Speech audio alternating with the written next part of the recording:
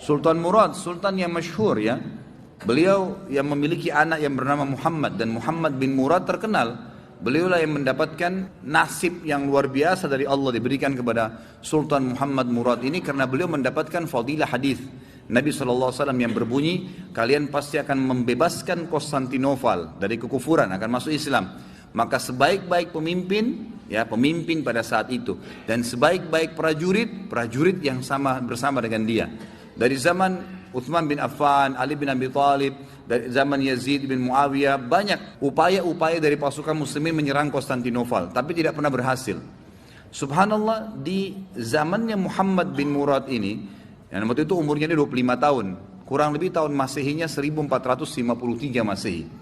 Pada saat itu dia membentuk pasukan dan akhirnya menembus benteng Konstantinopel. Dapat fadilah, maka diberikan julukan Muhammad Al-Fatih.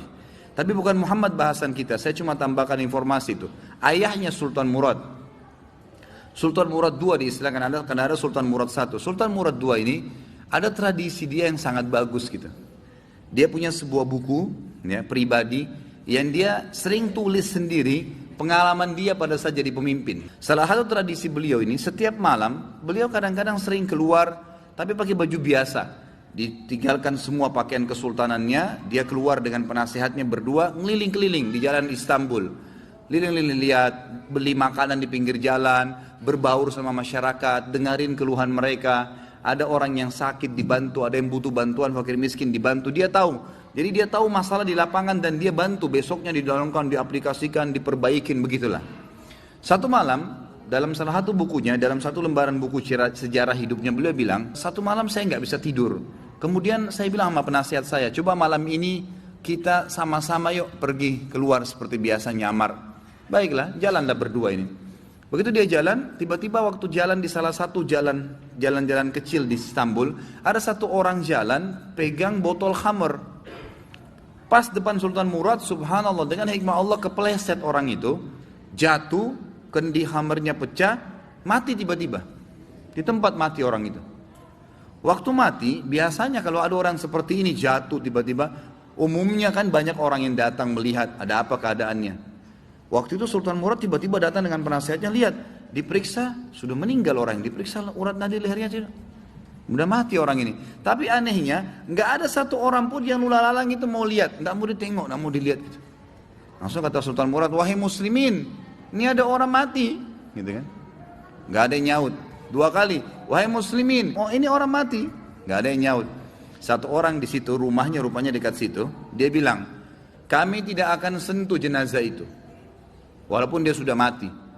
Kata Sultan Murad, kenapa? Dia bilang, tidak anda lihat, dia pegang khamar, orang ini fasik, ahli maksiat, setiap malam zina, setiap malam mabuk. Kami nggak mau sentuh jenazahnya, kami nggak mau. Kata Sultan Murad, tapi kan dia dari kaum muslimin. Kalau kalian tidak mau mengurus jenazahnya, tunjukkan saya di mana rumahnya, biar saya yang bawa ke rumahnya. Ada beberapa orang, ringkas cerita, membantu Sultan Murad datang ke rumahnya.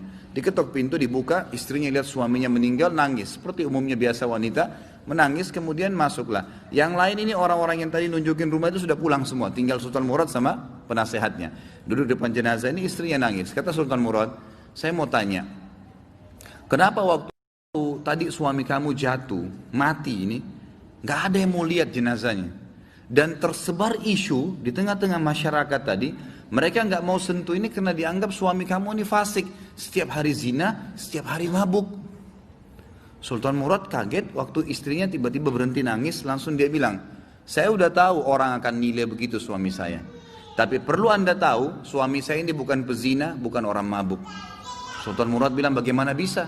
Jelas khamar di tangannya dia, kendinya pecah, saya lihat. Dia bawa khamar, dan orang ini bukan satu dua orang memberikan kesaksian, tidak ada satupun orang yang mau bantu jenazahnya. Dia bilang, iya, saya perlu berikan kepada anda kesaksian. Kata istrinya, suami saya ini orang sangat saleh, luar biasa ibadahnya kepada Allah, pada saya dan anak-anak baik, dan dia juga sangat dekat hubungannya dengan Allah. Sholat malamnya nggak ketinggal, kalau siang hari puasa, sedekahnya bagus. Tambah kaget Sultan Murad, bagaimana ceritanya? Dia bilang, suami saya ini punya satu usaha di tengah-tengah kota sini.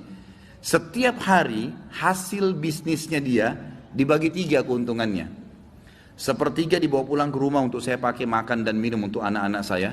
Sepertiga lagi, sepertiga keuntungan diberikan botol khamr, berikan minuman keras. Dia bawa pulang ke rumah, dibuang di WC. Dia nggak minum, dibuang di WC. Terus dia bilang apa depan saya, kata istrinya, itu yang berikan kesaksian. Setelah dia buang, dia bilang, segala puji bagi Allah, minimal membuat saya ya mengurangi orang muslim yang mabuk hari ini.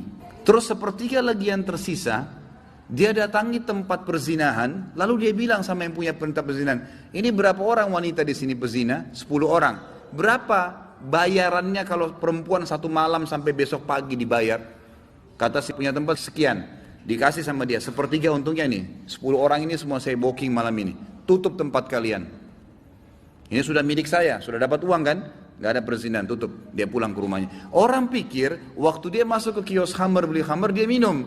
Orang pikir waktu dia masuk tempat zina, dia berzina. Padahal sebenarnya dia malah suruh tutup. Dia pulang, kata istrinya, lalu dia bilang, segala puji bagi Allah yang minimal membuat saya malam ini memberhentikan beberapa anak muda muslim zina. Bayangkan, pernah gak kita terfikir buat perbuatan begini? Tidak terlintas. Tapi karena kedekatannya dengan Allah, Allah bukakan dia jalan ibadah yang tidak masuk di akal kita gitu.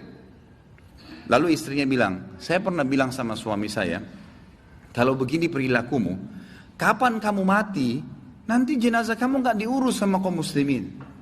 Ternyata terjadi, kata istrinya, jenazahnya gak ada yang urus. Tapi waktu itu suami saya sempat senyum, dan suami saya bilang, tenang aja hai istriku, kalau saya mati, yang sholati saya nanti khalifah, sultan, penasehatnya, dan juga seluruh ulama Istanbul. Sultan Murad waktu itu menangis lalu mengatakan, suamimu benar, saya Sultan Murad, khalifah muslimin, saya akan urus jenazah suamimu. Sama ini penasehat saya akan sholati dan saya akan undang seluruh ulama di Istanbul untuk mensolatinya. Kedekatan diri seseorang pada Allah, Allah akan bukakan kita di lini-lini ibadah yang kita tidak sadar gitu, tidak sangka gitu kan. Begitu pula kisah tadi saya bilang, misalnya kalau ada orang beribadah, ibadah antum itu, sholat, sedekah apa semua, dia bukan cuma sekedar bernilai pahala kita bisa mendapatkan derajat di surga gitu kan. Bisa memberikan ketenangan jiwa, ternyata bisa memecahkan masalah juga.